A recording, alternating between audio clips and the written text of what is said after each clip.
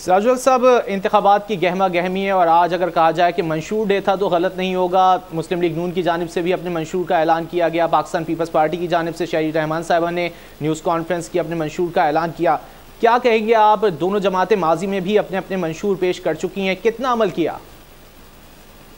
میں یہی کہوں گا کہ پاکستان کے شہریوں کو سمجھنا چاہیے کہ ان کی جو پرانے اعلانات ہیں اور پرانے وعدے ہیں، روٹی کپڑا اور مکان کا وعدہ، ہم پاکستان کو ایشین ٹائیگر بنائیں گے، یہی وعدہ، سب سے پہلے پاکستان کا وعدہ، روشن پاکستان کا وعدہ، وہ کہاں گئے؟ اس لیے یہ جو ہے نا کتابوں کی چیزیں ہیں اور کچھ پیڈ لوگ ہیں، ان کو بٹھا کر ان کے لیے یہ منشور تیار کرتے ہیں اور پھر وہ پیش کرتے ہیں۔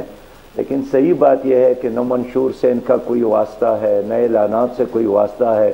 یہ ہر قیمت پر بس اقتدار تک پہنچنا چاہتے ہیں، باقی اللہ اللہ خیر سو اللہ۔ اس لیے ان کے منشور پر، ان کے اعلانات پر، ان کے وعدوں پر کوئی سیاسی جاہل ہی اعتماد کرے گا۔ ایک بار نہیں، دو بار نہیں، تین بار نہیں، بار بار ان کو حکومت ملی ہے۔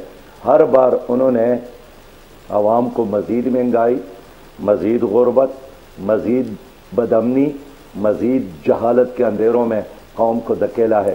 76 سال بعد بھی اگر ہم ایک قوم نہیں بن سکے ان کی وجہ سے، 76 سال بعد بھی اگر ہمارے 2.80 کروڑ بچے تعلیم سے محروم ہیں ان کی وجہ سے، 76 سال بعد بھی اگر ہر 5واں پاکستانی مضر صحت پانی پینے پر مجبور ہے ان کی وجہ سے، 76 سال بعد بھی اگر ہمارے کروڑ نوجوان بے روزگار ہے ان کی وجہ سے۔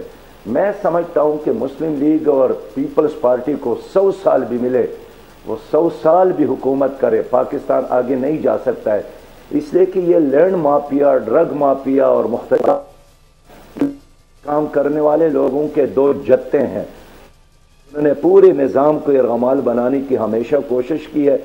اس لیے عوام کو اگر ایک خوبصورت، clean, green, corruption free Pakistan چاہیے، صرف آپشن اب جماعت اسلامی ہے۔ اب تبدیلی کی ضرورت ہے قوم کو، ایز اٹ اسٹیٹس کو کی کوئی ضرورت نہیں۔ یہ دونوں تو فیسیلیٹیٹر ہے اس پرانے اسٹیٹس کو کے جس سے لوگ تنگ ہے، بیزار ہے۔